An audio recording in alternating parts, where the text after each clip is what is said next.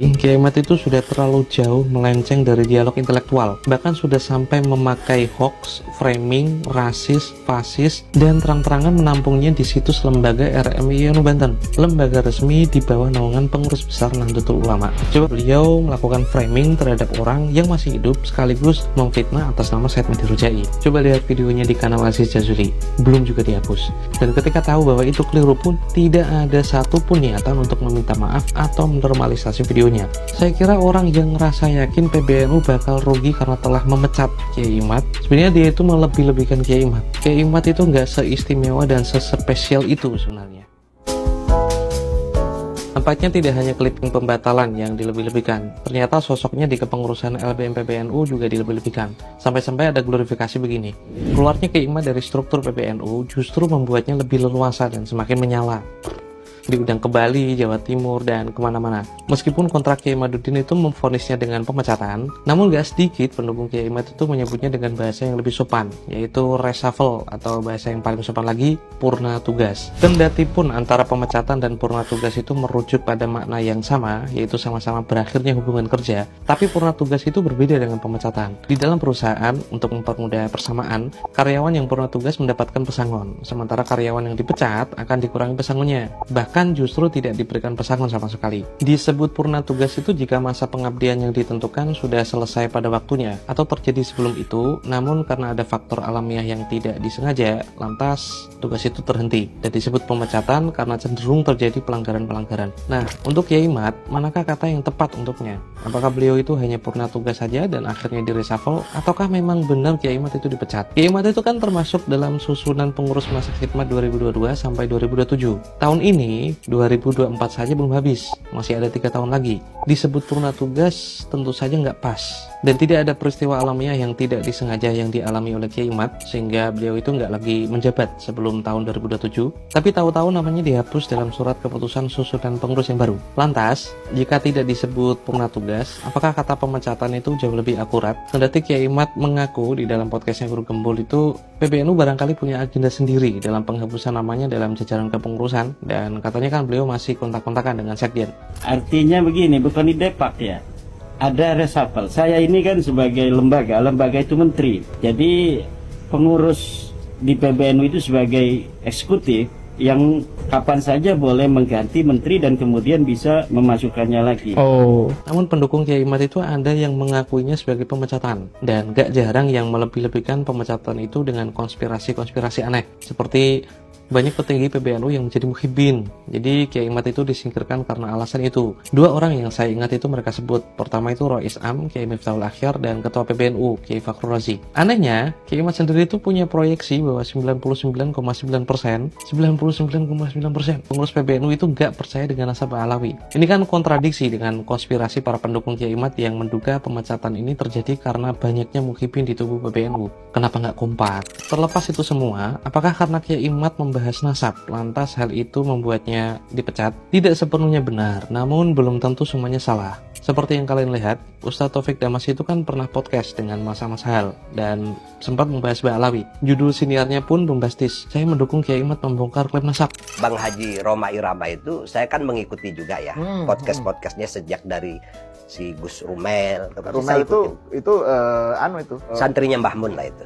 Dan alumni UIN Jogja itu teman saya itu. Iya, Rumel Abbas itu. Rumel, ya. Ustadz Taufik juga beberapa kali membicarakan nasabah Alawi dan sempat menyinggung penelitian Kiai Imad yang membatalkan genealoginya.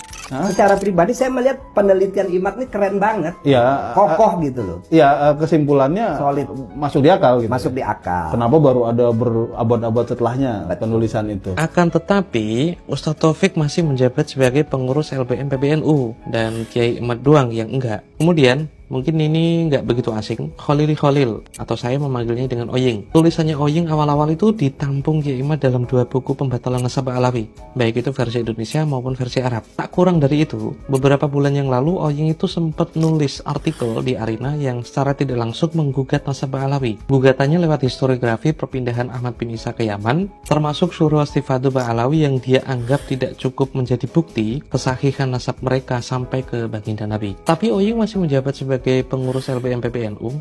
Kiai Imad saja ya? Enggak. Taruhlah alasan clipping pembatalan nasabnya itu menjadi latar belakang. Maksudnya menjadi latar belakang pemecatan Kiai Imad. Maka saya tuh punya dugaan begini. Andaikan Kiai Imad masih lempang lurus mengulas nasab Ba'alawi dalam ruang-ruang keilmuan, mungkin pemecatan itu tidak akan terjadi. Seperti yang sudah saya buktikan berkali-kali, Kiai Imad itu sudah terlalu jauh melenceng dari dialog intelektual. Bahkan sudah sampai memakai hoax, framing, rasis, fasis, dan terang-terangan menampungnya di situs lembaga RMI Banten, lembaga resmi di bawah naungan pengurus besar Nahdlatul Ulama. Coba perhatikan baik-baik contoh berikut ini. Suatu ketika, saya mengunggah catatan dari Syekh Mahdi Rojai yang tertulis, tiada keraguan dan tiada subhat tentang kesaitan keluarga mulia ini tersambung nasabnya sampai Ubaidillah bin Ahmad Al-Muhajir. Ditulis dan ditandatangani oleh Syekh Mahdi Rojai sendiri. Memang waktu itu yang saya unggah hanya sepotong, karena keperluan saya hanyalah pengukuhan ulama internasional yang menurut tuduhan mereka itu nggak ada satupun yang mengakui Ba'alawi. Tapi lihat respon Kiai Imad di kanal pendukungnya berikut ini. Syekh Mahdi Rojai, dia framing melakukan prank. Coba.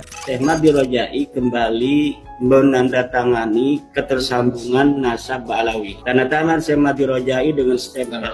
Ini prank dari Syekh Mahdi Rojai kepada keluarga Ba'alawi. Bagaimana saya mengatakan ini prank? Karena yang diyakini oleh Syekh Mahdi Rojai sekarang ini, mereka bukan turunan Nabi. Mereka bukan turunan Nabi, tapi al-muntasibati ila Ubaidillah bin Ahmad Al-Muhajir. Turunan Ubaidillah. Turunan Ubaidillah, bukan turunan Rasulullah Muhammad sallallahu alaihi wasallam. Hingga akhirnya saya mengunggah seluruh halaman yang ditandatangani oleh Syekh Mahdi Rojai, dan pesan yang tepat dari pernyataan beliau itu sebenarnya begini. Tulisan Syekh Mahdi Rojai ini semuanya disebut Dhabtul Kitabah, atau disebut konteks kenapa Syekh Mahdi Rojai menulis. Tulisan ini menjelaskan bahwa keluarga Sayyid Ali Ridho Alatas adalah seorang syarif lewat jalur Ubaidillah bin Ahmad Al-Muhajir. Sementara silsilah Sayyid Ali Ridho Alatas yang diterbitkan oleh Maktab Daimi ditandatangani oleh Habib Syekhan As-Segaf dan tersambung sampai Imam Ali lewat Ubaidillah bin Ahmad bin Isa disebut dengan Dhabtus Siyaq, atau latar belakang kenapa Syekh Mahdi Rojai menulis sesuatu. Jadi setelah melihat pohon silsilah dari Sayyid Ali Ridho yang ditandatangani oleh Maktab Daimi, Syekh Mahdi Rojai lantas memberikan pengisbatan kedua atau penguatan bahwa nasab Sayyid Ali Ridho itu benar-benar tersambung ke baginda Nabi lewat Ubaidillah bin Ahmad Al-Muhajir karena beliau adalah Ba'alawi. Perkataan Kiai Imad yang melenceng dari maksud Syekh Mahdi Rojai ini disebut framing, yaitu membingkai ahli nasab asal Iran yang masih hidup sekarang seolah-olah telah melakukan prank atau melakukan lelucon. Hal seperti ini tidak hanya Kiai Imad lakukan sekali dua,